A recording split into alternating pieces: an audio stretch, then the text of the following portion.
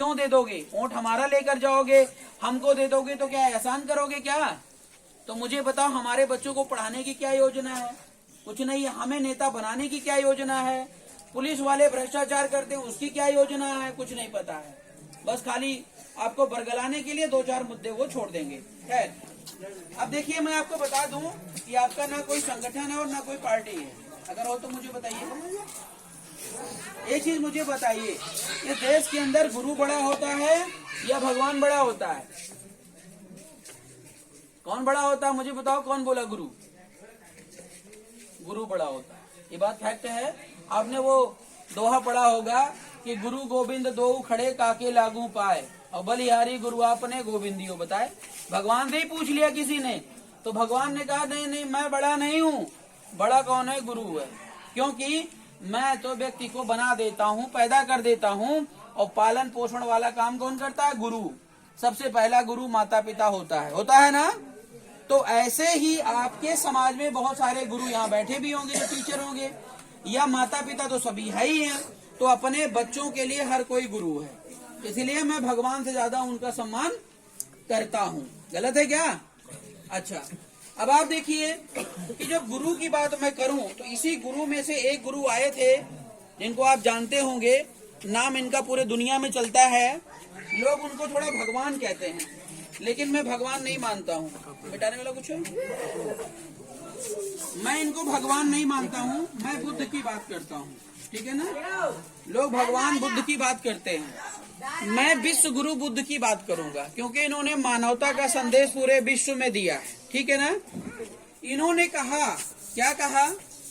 इन्होंने ये कहा कि अगर आपकी समस्या है तो उसका कारण है, और अगर कारण है तो निवारण है। बात को ध्यान से समझिएगा, आपका ध्यान भटक रहा है। अगर समस्या है तो उसका कारण है तो निवारण है। क्या आप लोग चाहते हैं कि आपकी समस्या बनी रहे? कोई चाहता है? कोई नहीं चाहता है।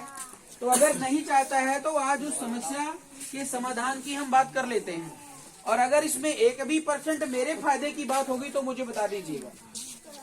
क्योंकि हमने देखा, जो अभी बात भैया ने कहा कि डॉक्टर की बात कही है, अगर आप योग्य हैं, मान लेते हैं मैं डॉक्टर हूं थोड़ी देर के लिए, तो यहाँ कोई पेशेंट अगर बीमार हो जाएगा तो मैं मरने दूंगा उसको?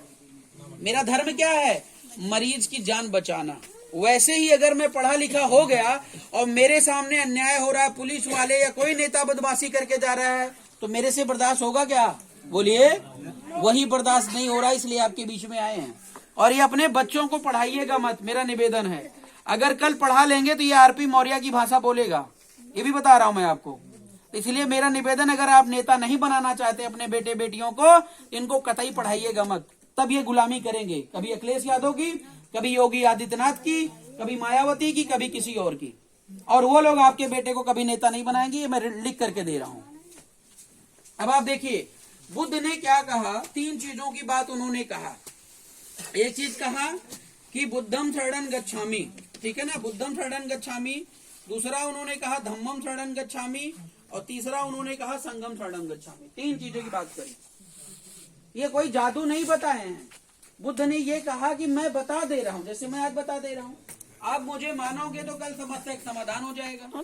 आप मुझे नहीं मानोगे, इस कान से सुने, इस कान से निकाल दिए, तो भाई देखो, मेरा काम बताना है, मैं बता के चला जाऊंगा। कल कहोगे कल भी आ जाऊंगा, परसों कहोगे परसों भी आ जाऊंगा, लेकिन मैं आपकी समस्या का खुद समाधान करने नहीं आऊंगा। बात समझ रहे हैं ना? अगर मैंने कहा दारू पीना स्वास्थ्य के लिए हानिकारक है, अगर आज आपने आंख बंद करके कसम खा ली कि मुझे दारू नहीं पीना है, तो कल से समस्या का समाधान। लेकिन आप क्या करेंगे? अरे ठीक है, बताए होंगे कोई ऐसे, फिर अभी गैस यहाँ से 100 ग्राम ले लिए, तो बताओ मैं क्या करूंगा उसमें? नहीं कर पाऊंगा। ठीक है ना? तो बुद्ध ने कहा बुद्धि की शरण में जाओ। बुद्धम शरणं गच्छामि का मतलब ये नहीं कि मेरा पैर छुओ। उन्होंने कहा अपनी बुद्धि की शरण में जाओ और सोचो और समझो कि क्या सही है क्या गलत है। जो सही है वो निर्णय लीजिए। और एक बात बता दूं, कोई मोदी भक्त नहीं बनेगा, कोई अखिलेश भक्त नहीं बनेगा, कोई मायावती भक्त नहीं बनेगा। क्यों नहीं बनेगा? क्योंकि आप गांव में देखिए, भाई भाई एक दूसरे को काटने के लिए तैयार होता है। तो मोदी योगी की मैं क्या बात करूं कि वो आपके मित्र हैं। अगर बात होती हो तो भाई मैं तैयार हूं, मैं भी मिलने के लिए तैयार हूं। लेकिन अगर बात नहीं होती, मेरा हाथ जोड़ के निवेदन है कि कोई आपके घर में रोटी देने नहीं आएगा, मैं भी देने नहीं आऊंगा। और जो ये रोटी और मोदी और योगी बांट रहे हैं 5-5 किलो राशन और चावल, ये कोई अपने घर से नहीं ला रहे हैं, अन्नदाता आप ही है ना। आपके खेत में आलू पैदा होती है, आपके खेत में चना पैदा होता है, आपके खेत में गेहूं पैदा होता है, होता ना। तो मोदी योगी कहाँ से ला करके दे रहे हैं मुझे बताओ। तो घुमा करके वही आपसे लेते हैं और घुमा करके वही लौटा दे रहे हैं। तो आपको इसलिए दिया जा रहा है ताकि आप काम चोर हो जाएं, आप काम करना पसंद ना करें और 5 किलो राशन पर आप पलते रहें। और 5 किलो राशन दे करके पूरे देश पे कब्जा करने की जिम्मेदारी उन लोगों ने ली है।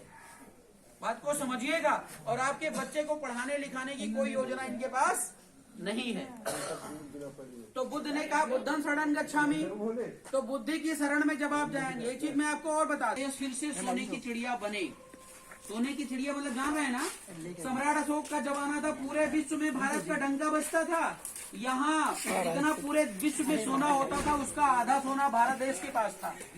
लेकिन आज कुछ नहीं है, नेता लोगों ने लूट करके अपना अपना पेट भर लिया है।